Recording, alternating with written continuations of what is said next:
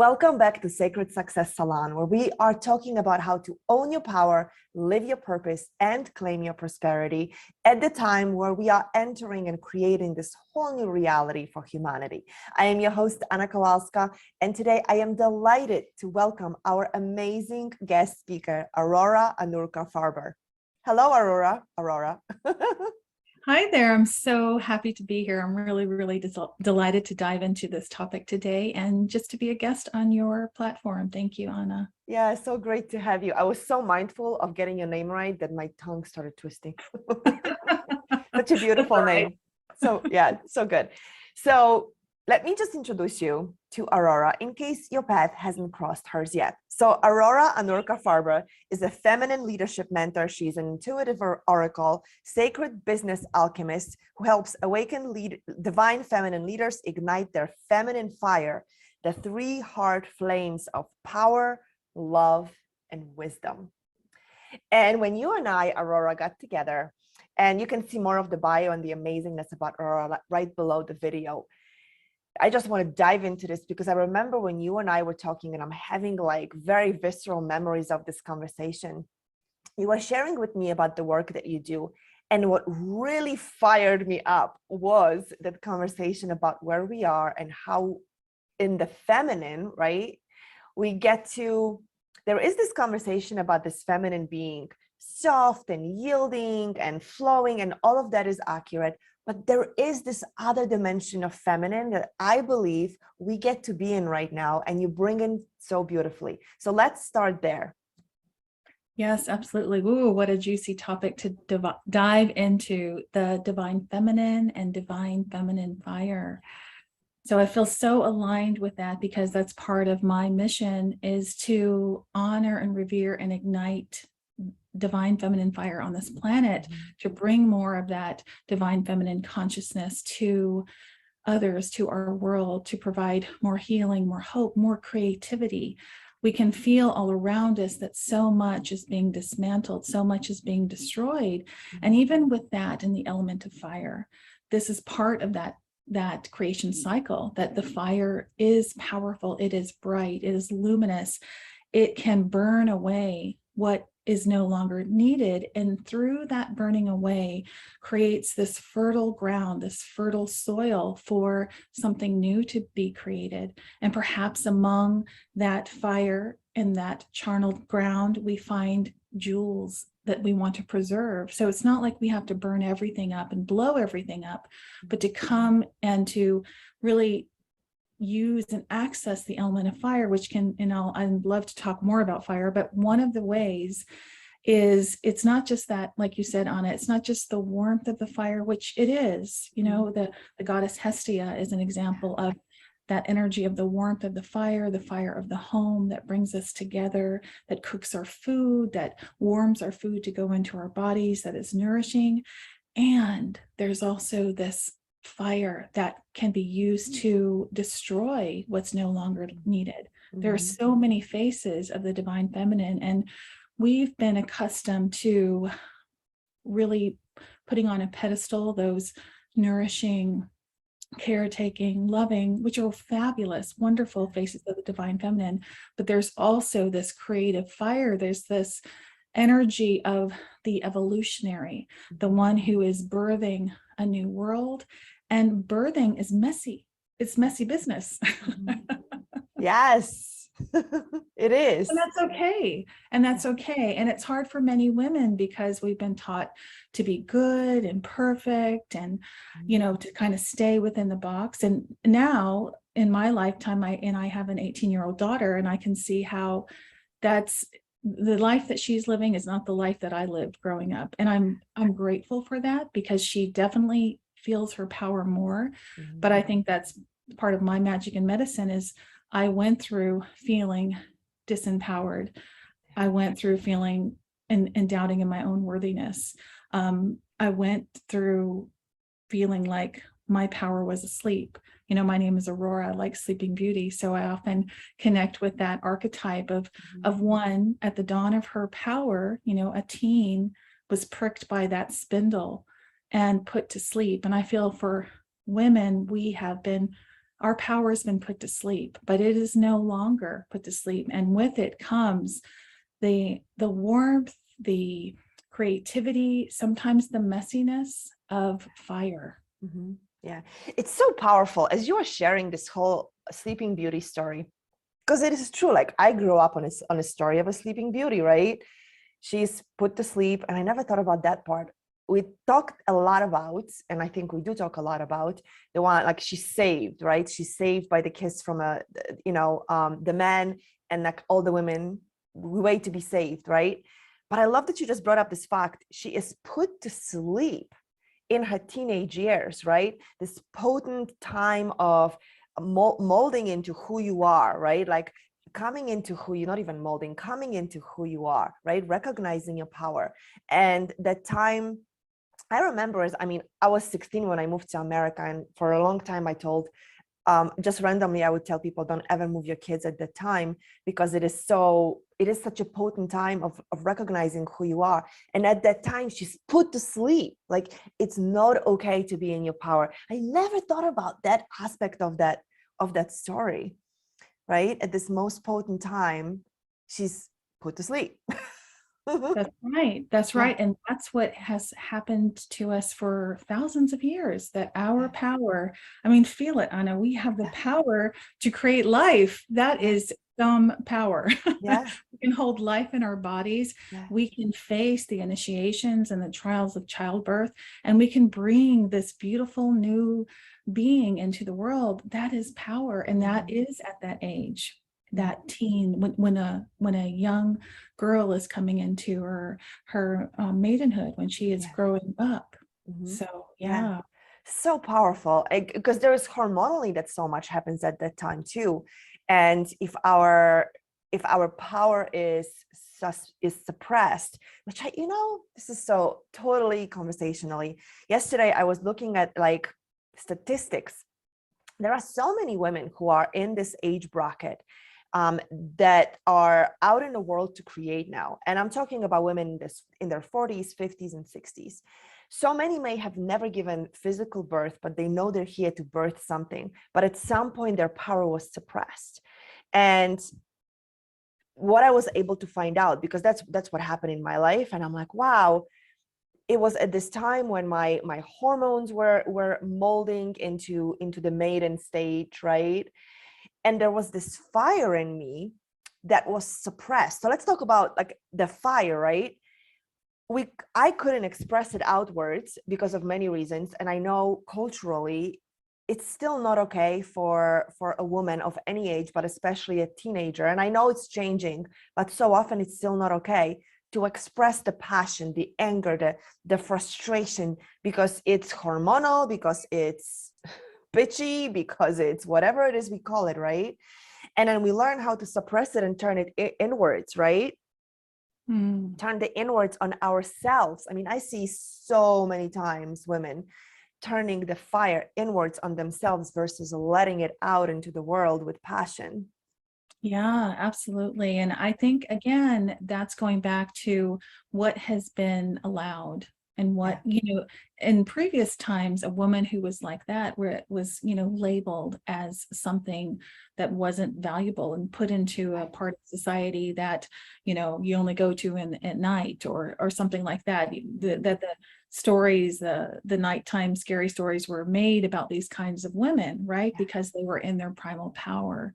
And this is the beauty of the divine feminine, that she has many faces. In the 13 Moon Mystery School that I am a priestess initiate in, we have 13 faces, and the one that you're talking about now that I'm feeling is the primal goddess. And what I love about that energy is that she knows her boundaries only once she gets there. And in our society, we are never taught that. We're taught like, stay in this box. And if you're just a little bit outside, like how far away you are from the box determines like how much of an outcast you are. And yet the primal goddess knows it's like that energy of birth.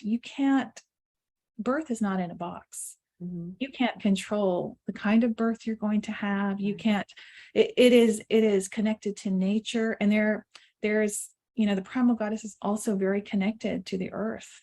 And so I feel that this is what we're reclaiming now, is we're waking up our consciousness, our connection to the earth, our connection to our bodies, our connection to our primal nature.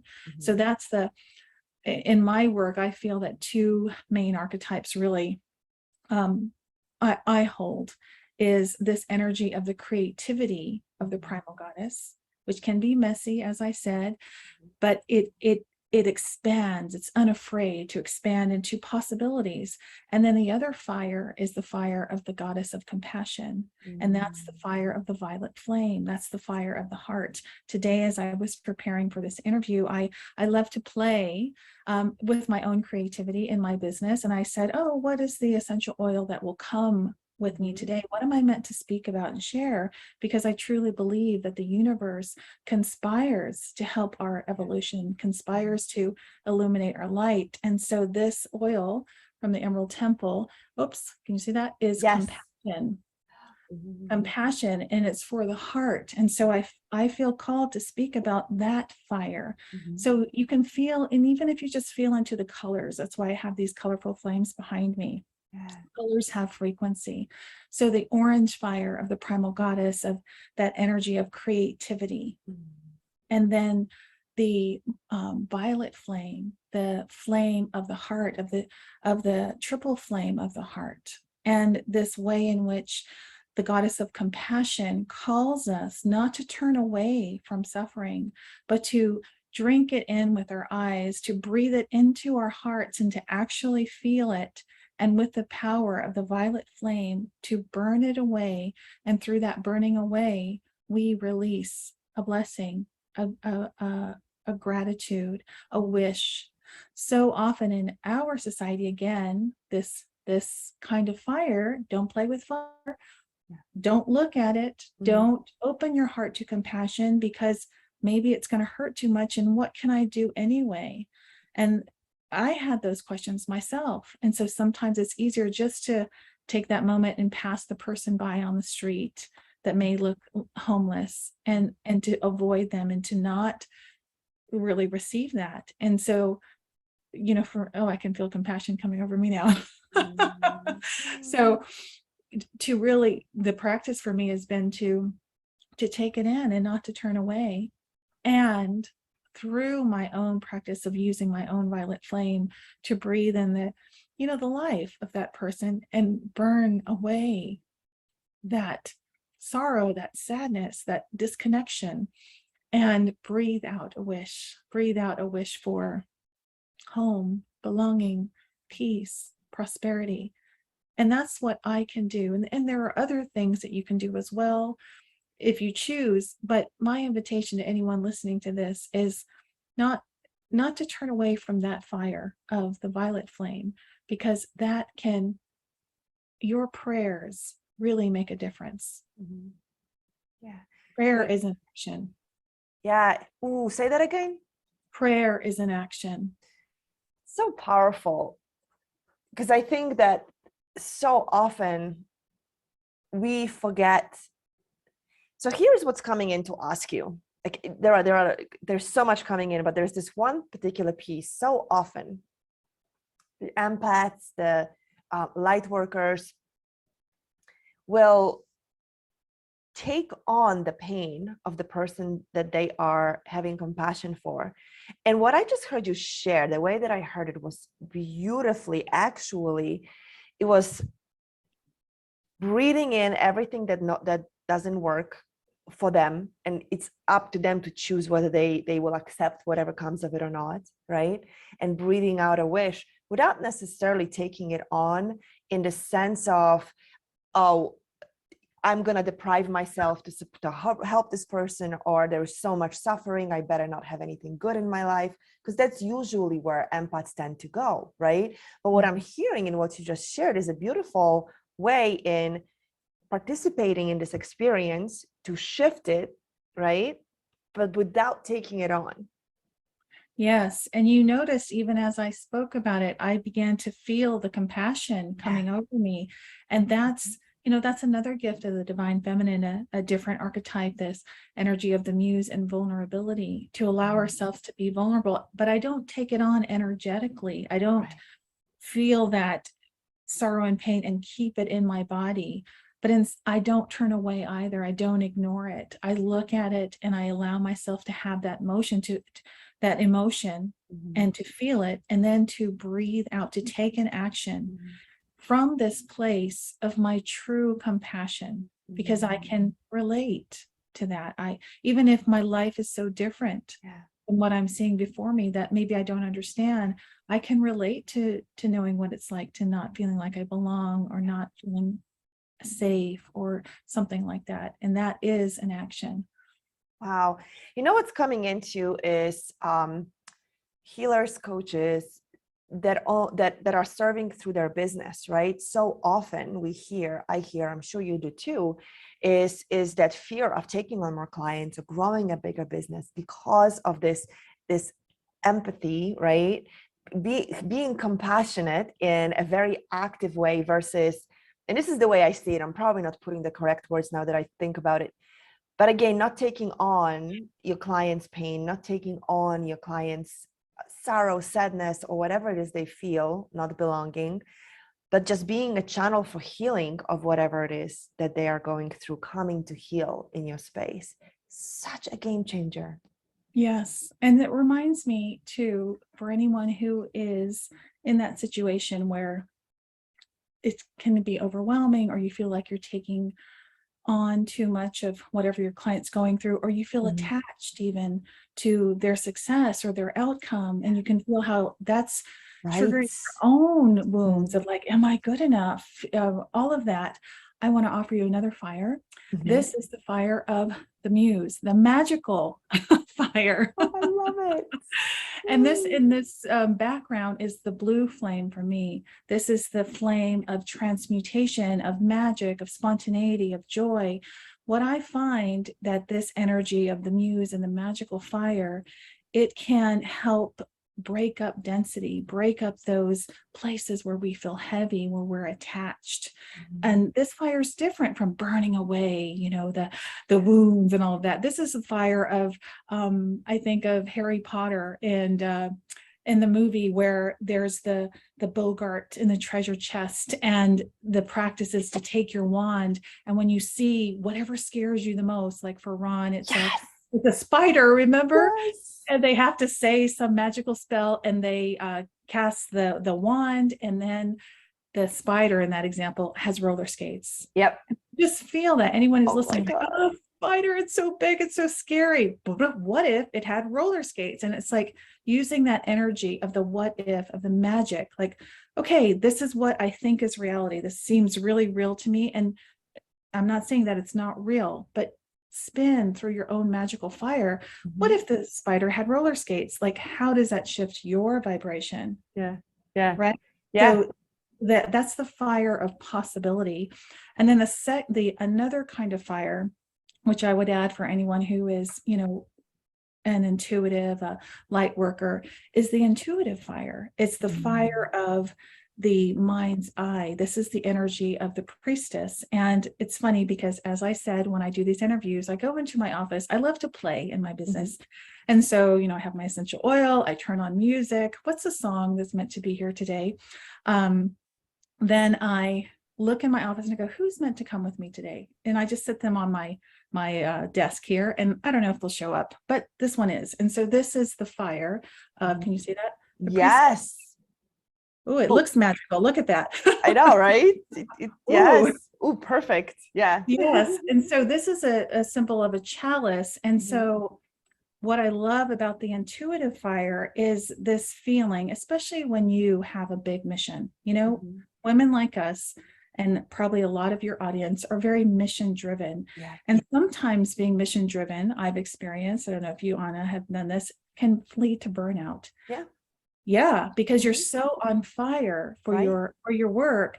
And what I found is when I tap into my intuition, for me, Richard Rudd of the Gene Keys said, intuition is the way the universe speaks to us. And so when I tap into my intuition, I immediately feel the support of the universe. And I know that if I've been guided, and if you've been guided, and anyone listening has been guided to their mission, it's because the universe has planted that seed in you. And when you tune into your intuition, it's a way that you can get information as to how you can be supported. And for me, that intuitive fire like warms my heart, and it makes me feel like I'm not alone. And it gives me sort of that place to rest so that I can carry on and continue to sing out my calling for igniting the fire. Yeah, so beautiful. I love these different, I was taking quick notes, just writing down these different types of fires we can tune into for things that we don't usually associate with fire. Right. Yes. So the many faces of the divine feminine, the many faces of fire. And even for me, as I was on this journey, fire came to me in a dream that turned into a painting. And in the painting, the woman's dress turned into fire. And so again, intuition, the universe has been guiding me all along. I took one step. I felt into the compassionate fire, the creative fire. Just recently, since last year, I've been tuning into the magical fire. So even for anyone listening, you might want to just tune into which of these descriptions of fire is calling to you. And maybe there's some other kind of fire that we haven't even discussed today. Yeah. Doesn't it work in such magical ways that way? So I know that I'm like lit up by it. I'm fired up by it. I'm fired up. Pun very much intended. I know you have a beautiful addition to this experience that you mentioned, a song that came. Could you just tell us more and share it? Because I know it'll be the time for you to share it now to make sure that we can. Yes, absolutely. So this song came, this is actually my initiation, my fiery initiation onto the path of the divine feminine. So I went to this retreat. I met a woman who was publishing a book called The New Feminine Evolutionary. There we go. And she asked me to write about it. I went through all the ups and downs. What do I have to say? Finally, she had given me the breadcrumb of, I think you have something to say about motherhood. So I began to write, and I wrote, the first thing I thought of is, what was it like to becoming a mother? So I wrote this chapter about our daughter called I Am She Who Holds. And then as I began to explore, I knew that my edge, she also said, write about your edge. What is it that you believe and what do you don't really want to talk about? And so I realized that I was good at holding, like I can hold it all. I'm a mother, I am woman, hear me roar. I felt really strong, but I didn't believe that I was held. I thought I had to hold everything together myself. I had to hold everything. So I wrote about I Am She Who Is Held, and I wrote about a miscarriage I had and how in that time, that journey of motherhood, I needed to reach into my family to hold me at my time of sorrow. Then the next vignette was I Am She Who Ignites a Spark, because I wrote about my son and he was so interested in touching everything and putting his fingers and just exploring the world and igniting the spark of aliveness. And then the fourth one was I Am She Who Tends the Flame, which was about my own journey of mothering myself through melanoma. And I got to the end, and that's where this phrase came from. I am she who stands in the fire. That's what came through me. And I was like, well, what does that mean? Well, as I was writing these vignettes, I wrote about the songs that I wrote for my children when they were in the womb. So each of our kids have a song that I heard the melody, and then I wrote the lyrics. So when I got to the end of this chapter, I recognized that I had written lyrics for the birthing of the new feminine evolutionary. That was my part to play in this collaborative book, is to write this birthing song. So that's the song that I want to share with you. And that is going to be part of my free gift so that you can sing this song for yourself. What this did for me was it helped me to really receive the fire and to know that I am she who stands in the fire. I had to create a website for the coming out of this book. I was really terrified, like, oh my goodness, people are going to know I'm a priestess. And I had all this kind of spiritual closet stuff. And I heard myself, because I ended up recording this song, which is part of my free gift. And when I heard myself singing my own song, I just whipped out a very fiery website. So it was like the birthing song for the new feminine evolutionary, but also the birthing song for me. And I hope that is the birthing song for others. And that's my prayer. Amazing. Amazing. So beautiful and so many layers to it and so appropriate for the times we are in. Yes. Yeah. So I'd love to share this song, and there are mudras that go with it. And so I'm going to share that just real briefly. Is the first mudra is hands on the belly. And this is I am she who holds. The second is hands here. I am she who is held. The third is ring finger to thumb. I am she who ignites the spark. This is the goddess of compassion mudra. And then you keep the thumbs together and wiggle your fingers. I am she who tends the flame. And then hands together. And it's I am she who stands in the fire. And so the song goes like this. I am she who holds. I am she who is held. I am she who ignites the spark. I am she who tends the flame. I am she who stands in the fire. I am she. I am she. We are she. We are she. She is me. She is me. I am she. I am she. So just receive that song, that vibration. Someone said to me yesterday that a song sung out to the universe remains there and expands in the universe. And this is the song that I sing, calling in my own sacred she, my own divine feminine. And this is the invitation for you to receive that song as well and to claim the I am she that you are. Wow. What I experienced when you sang, Aurora, is this expansion in the chakras, especially my solar plexus, my heart, and of course my second chakra. It was this expansion, this beautiful expansion. And the mudras, I cannot wait to replay and participate again and be able to, because I was playing, I was spotlighting you, I was muting. So I'm going to actually replay it because I can and participate in fully. It was, wow, what a gift, what a powerful, beautiful gift to our audience. And I know we have some men in the audience. I'm going to invite the men who are in the audience to participate it as the representation of the feminine in you as well, because we speak of feminine as the energy, even though we speak to women mostly and about women. So, Aurora, that was absolutely beautiful. Thank you for that gift. And I know you have another one. Yes, so the gift is the I Am She Fire Starter Kit. So in that, you'll get a PDF of these 5 phrases. You'll also get my original recording of singing with my brother who composed the music for me. I also have some tips on how to create sacred space and raise your evolutionary vibrations with this song. And there's also 4 steps to creating your own soul song. Ooh. Yeah, so lots of goodies in here. And I did want to mention one thing, Anna, when you said the men in our audience, absolutely. And you know what I brought as part of my tools and my toys today? I was like, you know who wanted to come was Moana. And as I was leaving, oh my goodness, I forgot what his name is. Yeah. Oh, yes, it starts with an M too. I can't remember. But I was like, oh yes. And that's something that I often share, is that you can change the lyrics to I am he, you can sing it this way and ignite, even for women, the masculine inside of you, or like you said, for the men to embrace their inner feminine. Yeah.